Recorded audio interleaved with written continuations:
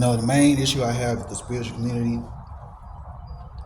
that goes for all the people that do tarot readings, that listen to tarot readings on YouTube, your intuitive readers, your channelers, and everything like that, spiritual guides, advisors, all you folks, you know what I'm saying, that get on here and try and guide people spiritually, mentally, whatever the case may be. My problem with y'all is that all of y'all are so enabling. All of you guys that get on here, shuffle your tarot decks, your oracle card decks, that get on here and act like God is talking to you, that God is telling you something that he can't tell me. My issue with y'all is that y'all are no different from the American preacher. Y'all left the church to do exactly what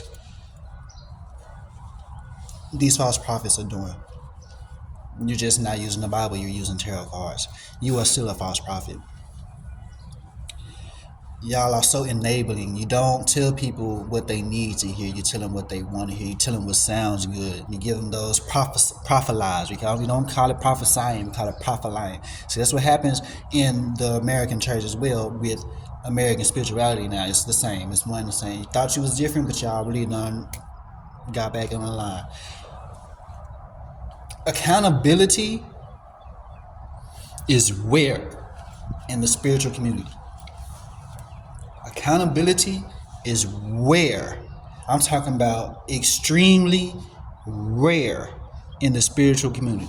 Never do you ever hear anyone go online, go on YouTube, go on TikTok, go on Instagram and say, you know what? I'm the problem. I fucked up. I dropped and fumbled the bag. I got work to do. You rarely, if ever at all, hear anyone ever articulate their mishaps, their mistakes, their shortcomings in their interpersonal and personal relationships with other people.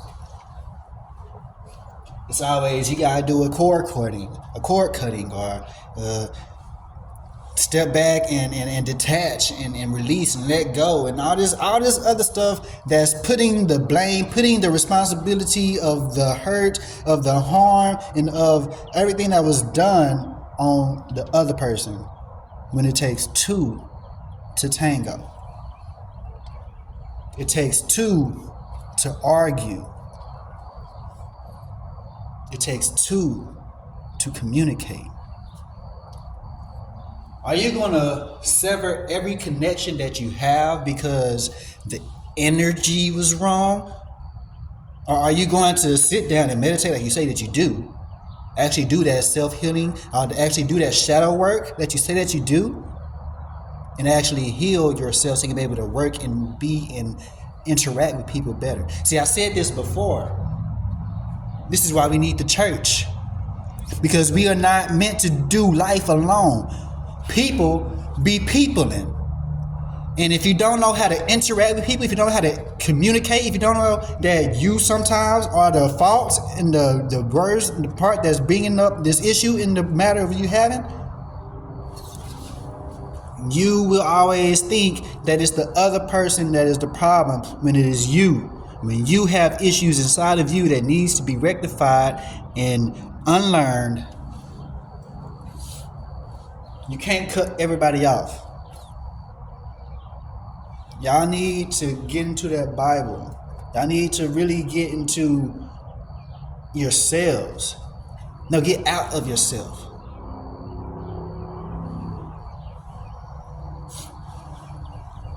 Sometimes, oftentimes, most of the time, the reason why your relationships did not work is because you did something. And granted, yes, the other person did something too. They might have been the afflictor, you know what I'm saying?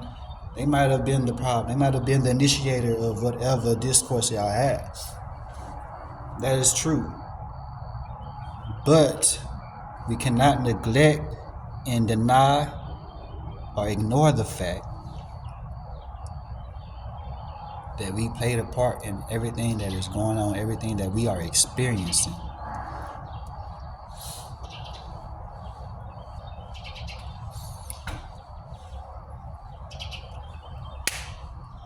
Accountability is important. Accountability is important. Everybody ain't the problem. You cut off everybody, you ain't gonna have nobody. Then what? You're still gonna be a traumatized 30-year-old with the emotional mind of a 4-year-old. You're gonna be a traumatized 45-year-old with the mental capacity and age of a 17-year-old. See, we grow physically, but depending on the situations and the circumstances that we go through in life, our growth gets stunted. You might have been abused at a certain age, and that age where you had went through that stuff, you had you closed up. These are things that happen. You know what I'm saying? It's mental defense mechanisms, emotional defense mechanisms. It's things that we do. We learn these traits because of the environments that we were in. That's why I say these spiritual advisors, I let y'all know, man. Yeah, you've been through this, so you got to go through that. You've been through this, so you got to do that, so you can be able to do this. You went through what you went through. It's done. What's done is done. You can't do anything about it. But you can do something about how you move on forward. You can do something about how you interact with the people that you meet after the person that traumatized you in the past.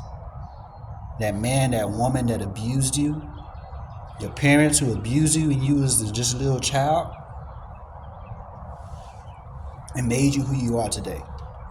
And because of that, it was necessary for your purpose, for the will and the destiny that God has for you, the calling that God has for you. Heal from it. Work through those emotions. Emotion is energy in motion. Go through that energy, feel it, learn from it. Learn from it. Accept it, embrace it, be grateful for it. Let it go and move forward in righteousness and peace and harmony. If your spiritual advisors are not telling you that you are in fact the problem at certain times, they are all just enablers and they are false prophets. Whether it's religion, spirituality, I'm telling y'all, they all the same. It's all the same. Whatever words you want to use, whatever vernacular you want to use, whatever tools you want to use, it's the same. It's the same. God be easy.